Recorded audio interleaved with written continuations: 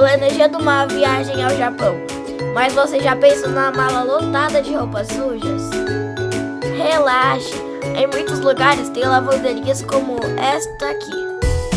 Ela é de auto-atendimento e fica aberta 24 horas. Presta atenção que eu vou te ensinar. Aqui é o preço, aqui é o tempo. Aqui você escolhe se você quer lavar, secar ou as duas coisas.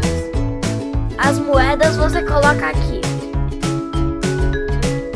Enquanto espera, aproveite para fazer o que gosta. 2 dicas: não precisa colocar sabão e a máquina só aceita moedas de 100 e 500 ienes. Não deixe um monte de roupa te derrubar.